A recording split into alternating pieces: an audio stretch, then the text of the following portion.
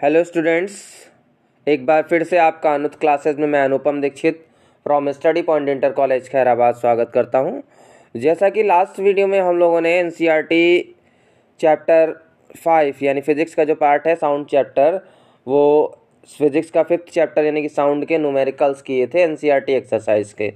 और आपसे ये भी बोला था कि नेक्स्ट वीडियो जो आपका आने वाला है उसमें हम लोग थ्योरेटिकल क्वेश्चंस को एक्सप्लेन करेंगे। आज के इस वीडियो में हम लोग एनसीईआरटी एक्सरसाइज में जो थ्योरी बेस्ड क्वेश्चन दिए हुए हैं उनको क्या करेंगे, उनको समझेंगे कि क्या आंसर्स हैं और उनके आंसर्स हम लोग उसकी मैंने पीडीएफ बना ली है, उसको आपको मैं एक्सप्लेन कर दूंगा और उसको क्या करना है, आपको राइट कर लेना है। ठीक है, तो पहला क्वेश्चन क्या कह रहा है कि what is a sound and how it is produced. तो जब साउंड चैप्टर का मैं लेक्चर दे रहा था तो मैंने आपसे बताया था साउंड क्या है। Sound is a form of energy.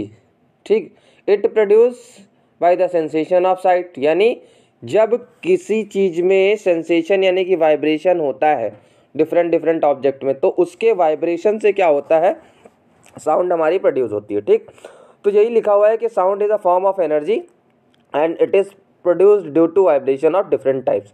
अब एग्जाम्पल्स क्या है, मान लो आप कभी किसी के घर जाते हो, बाहर लगी हुई डोरबेल को बजाते हो, तो डोरबेल को बजाने से क्या होता है, स्विच को जैसे ही आप प्रेस करते हो तो उससे क्या होता है, एक वाइब्रेशन प्रोड्यूस होता है और वो वाइब्रेशन हमें क्या होता है, साउंड के फॉर्म में मिल जाता है। दूसरा, ट्यूनिंग फॉर्क होती है। आप फिजिक्स की लेबोरेटरी में जाओगे तो आपको वाई शेप में एक फॉर्क रखा होगा, घरों में देखा होगा चिमटा, ठीक, जो रोटी पकड़ने के लिए चिमटा होता है। ठीक है, तो उसका भी शेप ट्यूनिंग फॉर्क के रूप में होता है। एक बार उसको जो है आप हल्का सा टच करके छोड़ दो तो उसके जो दोनों पार्ट्स होते हैं, ठीक, वो वाइब्रेट करते हैं और उसके वाइब्रेट से एक साउंड प्रोड्यूस होती है। ठीक, ऐसे ही बेल है, वायर्स इन सितार। तो सितार में क्या होता है, एक बार हम लोग तार पकड़ के खींच देते हैं, उसके वाइब्रेशन से क्या होता है, डिफरेंट टाइप्स की साउंड प्रोड्यूस होती हैं। Okay student, so next question is that describe with the help of diagram how compression and rarefactions are produced in the air near a source of sound। अब भाई compression और rarefaction कब होता है, जब हम बोलते हैं, ठीक, साउंड प्रोड्यूस होती है हमारे माउथ से, तो क्या होता है, firstly when the particles of sound goes in a forward direction, then what happens, जो सामने एटमॉस्फेयर में एयर के पार्टिकल्स के स्ट्राइक करती है, तो स्ट्राइक करने से क्या होता है, जो एयर के मॉलिक्यूल्स होते हैं वो क्या होते हैं, थोड़ा बैक जाते हैं। ठीक, बैक जाने से क्या होता है, उनके बीच की स्पेसिंग कम हो जाती है, हम कह सकते हैं कि उनकी डेंसिटी इंक्रीज हो जाती है। ठीक, या वहाँ पे हाई प्रेशर रीजन क्रिएट होता है। ठीक, नेक्स्ट टाइम पे क्या होता है, नेक्स्ट टाइम पे वही क्या होते हैं, बैक आते हैं, पीछे आते हैं, मतलब ठीक, एक बार पीछे गए और एक बार आगे आए। ठीक, तो जब आगे आते हैं हमारी तरफ, फिर से वो पास आते हैं, तो उस टाइम उनका क्या होता है, डेंसिटी डिक्रीज हो जाती है। डेंसिटी डिक्रीज होने का मतलब लो प्रेशर रीजन होता है। तो हाई प्रेशर रीजन यानी कि firstly when go in a backward direction, then this known as a compression. यानी आपको देखो डायग्राम में दिखाया गया है, ठीक है, क्या दिखाया गया है डायग्राम में, ये वाला रीजन है, ये आपका दिखाया गया कंप्रेशन का, यानी कि हाई प्रेशर रीजन का। नेक्स्ट टाइम उसको लो प्रेशर, यानी कि उनके बीच की स्पेसिंग देखो कम हो गई है। ठीक, तो वो आपको क्या हो गया, लो प्रेशर। तो यानी कि हाई प्रेशर का रीजन कंप्रेशन कहलाता है और लो प्रेशर रीजन रेयरफैक्शन कहलाता है। तो वही लिखा हुआ है कि if we blow a horn, speak or produce a sound by an object in air, we are pushing the air molecules, यानी कि एयर मॉलिक्यूल्स को हम क्या देंगे, धक्का देते हैं। ठीक है, these molecules in a turn push the adjacent molecules, यानी वो अपने पीछे वाले यानी उनसे जो आगे वाले उनको पुश करते हैं। तो इस तरीके से क्या होता है, impart their energy to next one, और इस तरीके से उनकी जो एनर्जी एक दूसरे से ट्रांसफर हो जाती है। After losing energy in the interaction, और जैसे ही वो एनर्जी जो ट्रांसफर हुई वो लूज करते हैं, वो पीछे आते हैं। ठीक, molecule is back to its original mean position, यानी कि जहाँ पे थे वो फिर से उसी पोजीशन में आते हैं। तो जब वो एनर्जी देता है किसी को, तो यानी कि वहाँ पे हाई प्रेशर रीजन, और जैसे वो एनर्जी लूज होती है तो वो फिर से अपनी मीन पोजीशन पे आ जाते हैं, तो यानी कि वहाँ पे रेयरफैक्शन हो जाता है। तो once we got a compression and again we got a rarefaction. Okay, this is the phenomena and this is the proper diagram for a compression and rarefaction. Now next question is that cite an experiment to show that sound needs a material medium for its a propagation। जब मैं आपको explain कर रहा था theory part, तो हमने ये बताया था कि साउंड को ट्रैवल करने के लिए मीडियम की रिक्वायरमेंट होती है। ठीक, अब मीडियम की रिक्वायरमेंट होती है तो उसके लिए हमने एक्सपेरिमेंट किया। ठीक है, क्या क्या लिया, एक आपको लेने हैं इलेक्ट्रिक बेल्स लेना है, एक एयर टाइट ग्लास जार लेना है। ठीक है, उसके बाद क्या कर देना, इस तरीके से ये आपका जो है डायग्राम आपको फिट कर देना। ठीक, यानी एक आपको जार के अंदर बेल लगा देनी है। ठीक है, एयर टाइट जार है उसके अंदर बेल लगा देनी है। ठीक, ओके, तो क्या करते हैं, इस टाइप का आपका सिस्टमेटिक उसका डायग्राम कर दिया। एक एयर टाइट आपका जार है और उसमें बेल को क्या करते हैं, सस्पेंड कर देते हैं। ठीक, सस्पेंड करने के बाद उसको सिस्टम को वैक्यूम पंप से कनेक्ट कर देते हैं। ठीक, अब करते क्या है, कह रहा है कि पूरा प्रोसीजर एक बार मैं पढ़ के बता देता हूँ। कह रहा है कि take an electric bell an air tight glass jar, the electric bell is suspended inside the air tight jar, यानी कि इसके अंदर उसको लटका दिया गया है। The bell jar is connected to a vacuum pump as shown, जिस तरीके से इसमें है, और यहाँ पे उसको वैक्यूम पंप से जोड़ दिया गया। नाउ जब हम एक बार बेल को प्रेस करते हैं, प्रेस करने के बाद प्रेस करते हैं, we press the switch, switch जैसे प्रेस करते हैं तो हमें क्या होता है, आराम से जो है बेल रिंग सुनाई देती है, यानी कि बेल की जो आवाज़ है वो सुनाई देती है। क्यों? क्योंकि उसके अंदर अभी जार के अंदर हमारे एयर के मॉलिक्यूल्स प्रेजेंट थे, यानी एयर प्रेजेंट थे। अब नेक्स्ट टाइम हम क्या करते हैं, उसमें वैक्यूम पंप से उस जार के अंदर का जितना भी एयर था उसको पंप आउट कर लेते हैं। ठीक है, तो now start the vacuum pump. When the air in the jar is pumped out gradually, the sound becomes fainter, although the same current is passing through the bell. After some time, when less air is left inside the bell jar, you will hear a very feeble sound. ठीक, अब जैसे ही जैसे हम लोग जो है उसमें से साउंड को निकालते रहते हैं तो उस बेल की जो आवाज़ है वो धीमी होती जाती है।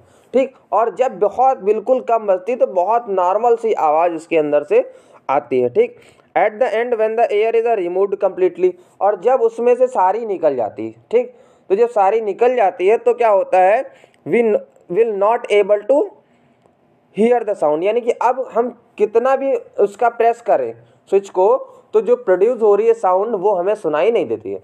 तो इससे हमें क्या पता चलता है, जब तक गैस जार में एयर के मॉलिक्यूल्स यानी कि air that is a medium present था तब तक आवाज़ आ रही थी, यानी कि साउंड प्रोड्यूस हो रही थी। और जैसे ही हमने कम्प्लीटली उसमें से एयर को आउट कर दिया with the help of pump, तो वहाँ से क्या हुआ, वहाँ से साउंड प्रोड्यूस होना बंद हो गया। यानी साउंड को क्या चाहिए, sound wants to a medium for a propagation.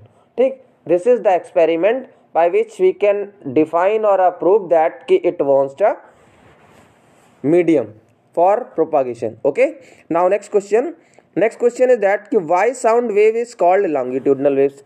भाई अभी हमने नेक्स्ट क्वेश्चन नंबर आपको जो सेकंड था उसमें कंप्रेशन और रेयरफैक्शन बताया था। ठीक, अब साउंड वेव्स जो ट्रैवल होती हैं उनको लॉन्गिट्यूडनल वेव्स क्यों बोलते हैं, क्योंकि साउंड वेव्स जो प्रोड्यूस होती हैं तो उनके प्रोड्यूस होने से हमें क्या मिलता है, हमें कंप्रेशन और रेयरफैक्शन मिलता है। ठीक, जैसे अभी मैं बोल रहा हूँ सपोज दैट, तो हमारे बोलने से क्या हो रहा है, जो साउंड प्रोड्यूस हो रही है वो जाके हमारे एयर पार्टिकल्स को स्ट्राइक कर रही है। अब एयर पार्टिकल्स जाते हैं बैक, अपने नेक्स्ट पास वाले एडजेसेंट पार्टिकल्स को क्या करते हैं, एनर्जी को ट्रांसफ़र करते हैं, और एनर्जी ट्रांसफ़र होने से क्या होता है, वो पीछे जाते हैं और एक हाई प्रेशर रीजन क्रिएट होता है। ठीक, तो once time high pressure region create हुआ तो उसको बोला कंप्रेशन। जैसे ही वो एनर्जी रिलीज हुई, ठीक, एनर्जी रिलीज करते हैं तो वो फिर अपनी मेन पोजीशन पे आ जाते हैं, तो उस टाइम हमें लो प्रेशर रीजन क्रिएट होता है, यानी कि वहाँ पे डेंसिटी इंक्रीज कर जाती है, तो वो मिलता है रेयरफैक्शन। तो इस तरीके से हमें क्या मिलता है, वन टाइम्स मिलता है कंप्रेशन और वन टाइम्स मिलता है रेयरफैक्शन। अब आंसर क्या लिखा हुआ है, कह रहा है कि sound wave is a called longitudinal wave because it travels in the form of compression, वही लिखा हुआ है। ठीक है, rarefaction in the medium where the particles of medium vibrate in the direction in which, और दूसरी बात क्या है, पार्टिकल्स किस डायरेक्शन में वाइब्रेट करते हैं, जिधर मैं बोल रहा हूँ। ठीक, अगर मैं फ्रंट में बोल रहा हूँ तो उसी डायरेक्शन में हमारा एक स्ट्रेट लाइन में वो पार्टिकल्स वाइब्रेट करेंगे। ठीक, क्लियर है। नाउ नेक्स्ट क्वेश्चन कह रहा है कि which characteristics of the sound helps you to identify your friends by his voice while sitting with a other in a dark room. अब भाई एक कमरे में गए, ठीक, कमरे में गए, कुछ व्यक्ति आपकी पहचान वाले हैं और कुछ व्यक्ति आपकी पहचान वाले नहीं है, तो आप कैसे आसानी से किसी की आवाज़ को पहचान जाते हैं कि वहाँ पे मेरा फ्रेंड बैठा हुआ है? तो साउंड की एक कैरेक्टरिस्टिक्स होती है टिम्बर। ठीक, तो टिम्बर के थ्रू, यानी टिम्बर जो रहती है, हर व्यक्ति की टिम्बर जो रहती है वो अलग अलग रहती है। ठीक, जैसे हमारी टिम्बर अलग है, आपकी टिम्बर अलग है, ठीक, आपके मम्मी की टिम्बर अलग है, पापा की टिम्बर अलग है। तो क्या होता है, अंधेरे कमरे में जब जाते हो घर में कहीं पे, तो क्या पापा बोलते हैं तो आप पहचान नहीं पाते हो कि पापा बोल रहे हैं या मम्मी बोल रही है। ठीक ठीक, वो आपको दिखाई नहीं दे रहे हैं क्योंकि डार्क है वहाँ पे। ठीक, लेकिन उनकी उस कैरेक्टरिस्टिक्स यानी टिम्बर कैरेक्टरिस्टिक्स की वजह से आप पहचान जाते हो कि हाँ पापा ने बोला है या मम्मी ने बोला, या पापा ने बोला है या बड़े भैया ने बोला है। सेम जेंडर है, यानी कि दोनों मेल हैं, पापा और बड़े भैया, लेकिन हम क्या करते हैं, हम उनकी टिम्बर कैरेक्टरिस्टिक्स की वजह से पहचान जाते हैं कि कौन बोल रहा है। ठीक है, वही लिखा हुआ है कि the timbre of a sound is that characteristics which enable us to distinguish one sound from the other even when these are the same pitch. अब सेम पिच और सेम लाउडनेस के होंगे, लेकिन टिम्बर हमें बता देगा कि हम किस तरीके से उनको पहचानें। ठीक है, each person has its own timbre of a sound and this characteristics help us to identify a person from other even without looking at him, यानी उनको हम बिना देखे बता सकते हैं कि हाँ भाई कौन बोल रहा है। क्लियर है? Now next question. Next question कह रहा है कि does sound follow the same laws of reflection? Yes, when I was explaining your chapter then I told that कि sound follow the same law of reflection as a light. अब light में क्या होता था कि एक रेज हमारी आती थी और वो रेज स्ट्राइक करती थी मीडियम के ऊपर। ठीक, इस तरीके से देखो, इस तरीके से आके स्ट्राइक करती थी और स्ट्राइक करने के बाद क्या होता था, इधर निकल जाती थी। ठीक, अब इस रे को हम लोग बोलते थे इंसिडेंट रे और इसको बोलते थे रिफ्लेक्टेड। तो अब यहाँ पे क्या होगा, यहाँ पे इंसिडेंट साउंड वेव हो जाएगी और ये रिफ्लेक्टेड साउंड वेव, यानी कि हमारा जैसे हम बोलते हैं तो वो बोलने पे क्या होता है कि वो साउंड एयर पार्टिकल्स के ऊपर स्ट्राइक करती है और स्ट्राइक करते फिर से आ जाती। तो सेम फिनोमिना है, सेम लॉ है, और साउंड वेव्स जो है वो reflection of sound, law of reflection of sound को फॉलो करती। क्या है पहला law? The incident sound waves, reflected sound waves and normal. Normal क्या है भाई?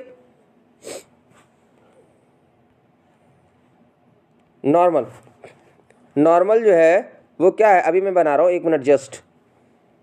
ये मैंने लाइन ड्रॉ करी, इसके ऊपर जो ये परपेंडिकुलर मैंने ड्रॉ किया, ये दिस लाइन, यानी कि ये ए और ये बी। ठीक, तो ए बी जो है, A B is a normal on this plane. Okay, तो कह रहा है कि इंसिडेंट रे, इंसिडेंट आपकी sound wave, this is a reflected sound wave and normal lie in the same point. और इस पॉइंट पे, यानी कि पॉइंट ऑफ इंसिडेंस, यानी कि ये बी पॉइंट पे जो आपका नॉर्मल है उसको बोला गया है। दूसरा, this angle, angle that means incident ray और नॉर्मल के बीच का जो एंगल होगा आई, क्लियर है, वो आपका क्या कहलाएगा? एंगल ऑफ इंसिडेंस कहलाएगा। दूसरा, नॉर्मल और रिफ्लेक्टेड के बीच का एंगल कहलाएगा आर। ठीक, क्लियर, वो आपका एंगल ऑफ रिफ्रैक्शन कहलाएगा। तो ये हमेशा क्या होंगे? सेम होंगे। जिस एंगल पे हमारा साउंड वेव्स जाएगा उसी एंगल्स पे रिफ्लेक्ट होके वापस आ जाएगा। Okay students, now next question. When the sound is reflected from the distance object an echo is produced, let distance between the reflecting surfaces and the source of sound producing remains the same, do you hear echo sound on a hotter day? ठीक, अब गर्मियों में क्या होता है, जो sound आपकी रहती है वो साउंड की जो स्पीड है वो टेम्परेचर बढ़ने से क्या होता है, इंक्रीज हो जाती है। ठीक, तो अब जाड़ों में क्या होता है, वही हमें, क्योंकि टेम्परेचर डाउन होता है, ठीक, तो वही हमें जो साउंड होती है वो in the form of echo मिलती है। जबकि गर्मियों में उसी रूम में बैठे होते हैं, उसी जगह पे बैठे होते हैं और सेम डिस्टेंस पे बैठे होते हैं, तो उस टाइम क्या होता है, साउंड की जो स्पीड है वो बढ़ जाती है। कैसे बढ़ जाती है? ठीक, क्योंकि it is directly proportional to, ये स्पीड ऑफ साउंड है वो डायरेक्टली प्रोपोर्शनल है टेम्परेचर के। ठीक, अब एग्जाम्पल ही उसने हमने आपको यानी आंसर्स में लिखा हुआ है कि 0 डिग्री पे जो साउंड का स्पीड है वो आपका 331 है, जबकि 20 डिग्री पे जो है वो स्पीड है 344। अब देखो 331 और 344 में डिफरेंस है भाई, कितने का है, 13 का डिफरेंस है।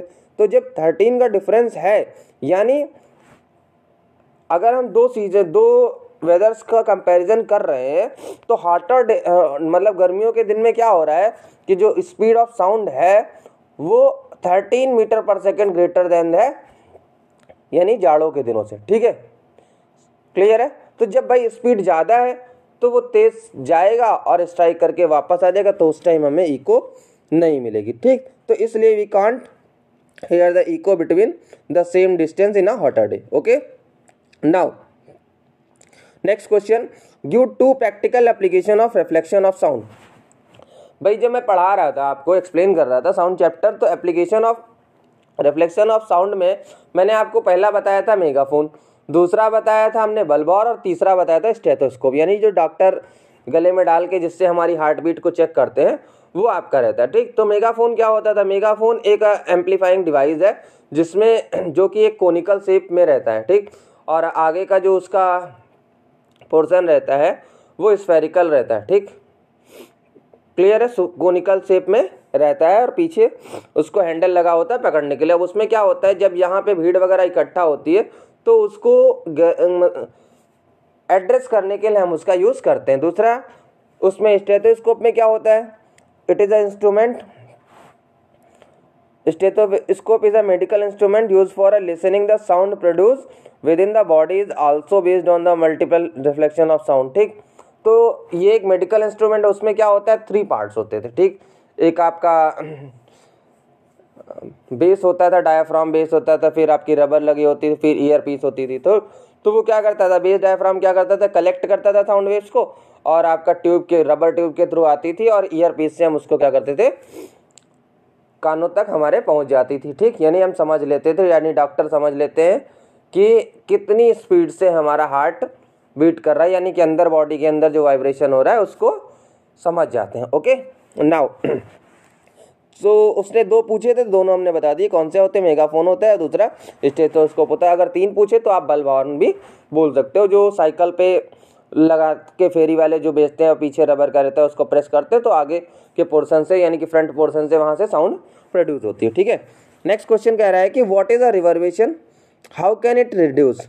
अब रिवर्बरेशन क्या होता है, एक बहुत बड़े हॉल में हम बैठे हुए हैं और मल्टीपल रिफ्लेक्शन, यानी बार बार उसी चीज का रिफ्लेक्शन हो रहा है। जैसे हमने एक बार कोई बात बोल रही है तो वो क्या होता है, दीवारों पे जाके टकराता है, और टकरा से कई बार वो हमको आवाज सुनाई देती है। ठीक, इसको बोलते हैं रिवर्बरेशन। तो sound created in a big hall persist by a repeated reflection, repeated का मतलब बार बार हो रहा है reflection, from the walls until it is reduce to. Okay, so बात कर रहा था आपका रिवर्बरेशन का। ठीक, a sound created in a big hall will persist by a repeated reflection from the walls until is reduced to a value where it is no longer the repeated reflection that result, यानी कि बार बार जैसे ही मैं बोल रहा हूँ तो wall के through बार बार जो रिफ्लेक्शन आपका हो रहा है उसको क्या बोलते हैं, रिवर्बरेशन बोलते हैं। अब how can I reduce the reverberation, उस क्वेश्चन में ये भी पूछा गया कि रिवर्बरेशन को हम कैसे कम कर सकते हैं। ठीक, तो reduce the reverberation, the roof and the walls of a auditorium are generally covered with a sound absorbent material, यानी कि जब हम उस पर पेंटिंग करते हैं तो पेंटिंग में हम लोग पेंट ऐसा यूज़ करते हैं जो साउंड को एब्जॉर्ब कर ले। ठीक, साउंड एब्जॉर्बिंग पेंट का हम लोग यूज़ करते हैं, लाइक अ कंप्रेस्ड फाइबर बोर्ड। दूसरा चीज़ क्या लगा सकते हैं कि वहाँ पे जो फाइबर बोर्ड हम यूज़ करें वो कंप्रेस्ड फाइबर बोर्ड हो। ठीक, रफ प्लास्टर एंड ड्रेपरीज, यानी जो प्लास्टर वहाँ पे होना चाहिए वो प्लेन पूरा नहीं होना चाहिए, रफ प्लास्टर का यूज करें। The seat materials are also selected on the basis of their sound absorbing property. नीचे जो कारपेट डालते हैं ऑडिटोरियम में वो ऐसी कारपेट का यूज करें कि वो साउंड एब्जॉर्बिंग हो। दूसरा, कर्टेंस वगैरह हम यूज कर सकते हैं विंडोज पे, तो उससे क्या होता है हमारा ये मल्टीपल रिफ्लेक्शन क्या होता है, रिड्यूस हो जाता है। Okay student, now next question, question number 16, What is the loudness of sound? What factor does it depend on? तो भाई लाउडनेस ऑफ साउंड क्या था, वो हम लोग बात करते थे एम्पलीट्यूड से। ठीक, तो the loudness of a sound is determined by the it's amplitude, को हमने बताया भी था कि जितना ही ज़्यादा एम्पलीट्यूड होगा उतना ही ज़्यादा आपकी जो वॉइस होगी यानी कि साउंड होगी वो लाउड होगी। That is if amplitude is higher it is loud sound. It depends on the force with which an object is made to vibrate. अब ये डिपेंड किससे करता है, जिस ऑब्जेक्ट से प्रोड्यूस हो रही है उस पे लगने वाले फोर्स पे। ठीक, हम बहुत तेज फोर्स लगा के साउंड प्रोड्यूस करें तो जो हमारी वाइब्रेशन का एम्पलीट्यूड होगा वो हाई होगा। ठीक, साउंड वेव्स का एम्पलीट्यूड हाई होगा। तो जब एम्पलीट्यूड हाई होगा तो हमारा क्या होगा, लाउड साउंड प्रोड्यूस होगी, और एम्पलीट्यूड डाउन होगा तो क्या होगा। ओके, सो फोर्स लगाने से क्या होता है, फोर्स लगाने से हमारा एम्पलीट्यूड ऑफ साउंड इंक्रीज होता है और डिक्रीज होता है। Clear. Question number 17, explain how bats are ultrasound to catch a prey. ठीक, उसमें होता क्या है, उसमें होता क्या है कि साउंड प्रोड्यूस होती है, यानी कि बैट जो रहता है वो हमारा 100 हर्ट्ज तक की फ्रीक्वेंसी को प्रोड्यूस कर सकता है और हियर कर सकता है। ठीक, the sound produce by a flying bat gets reflected from its prey. ठीक, वो जाता है, स्ट्राइक करता है और रिफ्लेक्ट हो जाता है। ठीक, by hearing this reflected sound it can detect prey even during. और ये जो वर्किंग इसकी रहती है वो नाइट में भी एप्लीकेबल रहती है। ठीक, तो ये हो गया आपका क्वेश्चन नंबर 17 का आंसर। अब बात करें क्वेश्चन नंबर 18 की। कह रहा है कि how is ultrasound used for cleaning purpose. तो यानी अल्ट्रासाउंड जो हमारी हैं वो क्लीनिंग पर्पस के लिए किस तरीके से यूज होती हैं। अब अल्ट्रासाउंड जो है वो क्लीनिंग पर्पस के लिए किस तरीके से यूज होती है उसको समझ लेते हैं। नेक्स्ट क्वेश्चन नंबर 18 है, कह रहा है कि to clean any object it is placed in a cleaning solution. किसी ऑब्जेक्ट को क्लीन करने के लिए हमें क्या होना चाहिए, उसको प्लेस करना पड़ेगा क्लीनिंग सोल्यूशन में। अल्ट्रासोनिक वेव्स जो है वो जाती हैं, are sent into the solution, यानी इनको भेजा जाता है, और ड्यू टू हाई फ्रीक्वेंसी यानी कि इसकी जो फ्रीक्वेंसी होती है वो बहुत ज़्यादा होती है, और वो जाके डस्ट पार्टिकल्स या ग्रीसी लाइक मटेरियल जो रहते हैं उनको क्या करता है, डिटैच कर लेता है और ड्रैग आउट करता है, यानी उनको चिपका के बाहर लेके आ जाता है। ठीक है, द ऑब्जेक्ट दस गेट थ्रोली क्लीन, और इस तरीके से जो है हमारा ऑब्जेक्ट वो क्लीन हो जाता है। अब बहुत बढ़िया क्वेश्चन आ गया सोनार का। सोनार यानी कि sound navigation and ranking, this is the abbreviation of a sonar. अब इसमें होता है क्या, सोनार जो डिवाइस होती है उसको हम लोग क्या करते हैं, शिप्स और या बोट के बॉटम में उसको हम लोग अटैच करते थे। तो अब सोनार में दो चीज़ें होती हैं, एक आपका ट्रांसमीटर होता है और एक डिटेक्टर होता है। ट्रांसमीटर का काम होता है रेस को प्रोड्यूस करना, और डिटेक्टर का काम होता है रेस को कलेक्ट करना, यानी रिफ्लेक्टेड जो रेज हैं वो उसको कलेक्ट करना। ठीक है, अब होता क्या है कि मान लो पानी के नीचे, बहुत गहरे पानी में किसी ऑब्जेक्ट को हमें पता करना है कि उसकी कितनी डिस्टेंस पे वो प्रेजेंट है, तो इसका हम लोग यूज़ करते हैं। इसमें क्या होता है कि साउंड वेव्स प्रोड्यूस होती हैं सोनार से, अल्ट्रासोनिक वेव्स जो हैं वो एक ट्रांसमीटर के थ्रू प्रोड्यूस होती हैं और जाके स्ट्राइक करती हैं ऑब्जेक्ट के ऊपर। ठीक, और फिर स्ट्राइक के बाद क्या आती हैं और उसको डिटेक्टर क्या करता है, कलेक्ट करता है, और उस सिग्नल को किस में चेंज कर देता है, इलेक्ट्रिकल सिग्नल में चेंज कर देता है। इस तरीके से हम क्या पता लगा लेते हैं, एक टाइम फाइंड आउट कर लेते हैं, और उस टाइम और हमें पता होता है कि what is the speed of a sound in a water. अब टाइम और स्पीड की हेल्प से हम लोग डिस्टेंस को कैलकुलेट कर लेते हैं। बट यहाँ पे जो डिस्टेंस मिलने वाली है वो हमें डबल डिस्टेंस मिलने वाली है। डबल डिस्टेंस का मतलब साउंड वेव्स गई हैं वन टाइम और सेकेंड टाइम्स वापस आई, यानी कि उन्होंने क्या किया है, डबल डिस्टेंस कवर अप करी है। तो इस तरीके से हमें फार्मूला क्या पता है, speed equals to distance upon time. वहाँ से डिस्टेंस इक्वल्स टू क्या होगा, स्पीड इंटू टाइम। इसलिए देखो यहाँ पे 2D लिखा हुआ है, 2D equals to V into T. ठीक है, यही सारा एक्सप्लेनेशन आंसर में लिखा हुआ है। नेक्स्ट क्वेश्चन कह रहा है कि in how explain how defect of material blocks can be detect use है अल्ट्रासाउंड, यानी अल्ट्रासाउंड की मदद से कि मेटल ब्लॉक में हम कैसे डिफेक्ट को आइडेंटिफाई कर सकते हैं। तो क्या बताया गया कि अल्ट्रासाउंड जो है वो यूज़ होता है आपका डिफेक्ट को फाइंड आउट करने के लिए।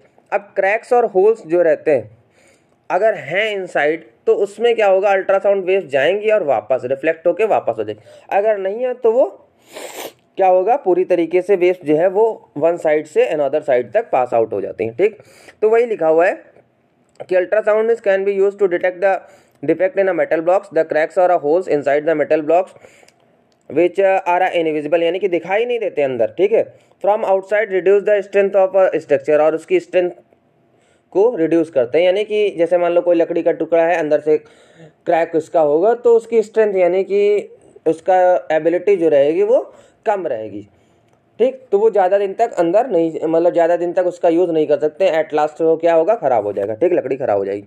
Ultrasound waves are allowed to pass, उसके अंदर से पास कराते हैं मेटल ब्लॉक से। Detector are use to detect the transmitted wave, और पीछे जो डिटेक्टर्स लगे हुए हैं ये वाले, ठीक, ये बाहर ये डिटेक्टर्स है, ठीक, इधर दिखाए गए। ये डिटेक्टर्स क्या करते हैं, उन साउंड वेव्स को क्या करते हैं, कलेक्ट करते हैं, ठीक। अब if there is even small defect, अगर उसमें स्मॉल डिफेक्ट है तो the ultrasounds gets reflected back indicating the presence of flaw और defect as shown in the figure. यानी कि इधर, यानी कि सेम साइड से जिधर से जा रही थी उधर ही वह रिफ्लेक्ट होकर वापस हो जाती है। इस तरीके से हम क्रैक्स या होल्स जो है फाइंड आउट कर सकते हैं, ठीक। लास्ट क्वेश्चन जो है वो, लास्ट क्वेश्चन के लिए मैं एक स्पेशल वीडियो आपको दे चुका हूँ ह्यूमन ईयर की वर्किंग का। उसका मैंने डायग्राम एक्सप्लेन किया था कि डायग्राम में आपके जो ह्यूमन ईयर रहता है वो 3 पार्ट कंसिस्ट रहते हैं। उसमें आपका आउटर ईयर रहता है, मिडिल ईयर रहता है और, ठीक है, इनर ईयर रहता है। तो अगर आप चाहो तो इससे भी पढ़ सकते हो, वर्किंग इसमें लिखी हुई है। तो वर्किंग में क्या रहता है कि आउटर ईयर में जो पिन्ना रहता है वो पिन्ना कलेक्ट करता है साउंड को, वेव्स को, ईयर कैनाल के थ्रू जाती हैं, ईयर ड्रम को स्ट्राइक करती हैं। ईयर ड्रम्स क्या होता है, पीछे पुश होता है, यानी कि जो कान का पर्दा होता है वंस वो जाता है पीछे, बैक होता है। तो उस टाइम क्या होता है, जो इनसाइड का रीजन रहता है वो आपका हाई प्रेशर रीजन क्रिएट होता है, यानी उसको हम लोग बोलते हैं कंप्रेशन, ठीक। नेक्स्ट टाइम जैसे वो एनर्जी को रिलीज करता है, लूज करता है, तो वो पीछे से पीछे आता है, पीछे बैक आता है, और बैक आने पे क्या होता है, लो प्रेशर रीजन क्रिएट होता है। तो इस तरीके से कंप्रेशन और रेयरफेक्शन होता है और हम जो साउंड रहता है उसको सुन सकते हैं, ठीक है। ये वर्किंग है, यही सारी चीज़ें इसमें लिखी हुई हैं, ठीक है। एक बार सजेस्ट मैं आपको यही कहूँगा कि इस क्वेश्चन के लिए आप स्पेशल जो वीडियो हमारा है पड़ा हुआ मेरे चैनल पे, उस पे जाइए, उसको समझिए, सारी चीज़ें मैंने एक एक बात आपको एक्सप्लेन करी है, ठीक। वहाँ से इस क्वेश्चन का आंसर अगर करोगे तो आपको ज़्यादा समझ में आ जाएगा, ठीक। बाकी डायग्राम और इसकी वर्किंग लिखी हुई है, ठीक है स्टूडेंट। तो ये रहा आपका एनसीईआरटी क्वेश्चंस का एक्सप्लेनेशन, यानी जो थ्योरेटिकल पार्ट थे उसका एक्सप्लेनेशन हो गया, और इस तरीके से आपका जो चैप्टर है वो कंप्लीट हो गया, ठीक है। आज के वीडियो में बस इतना ही।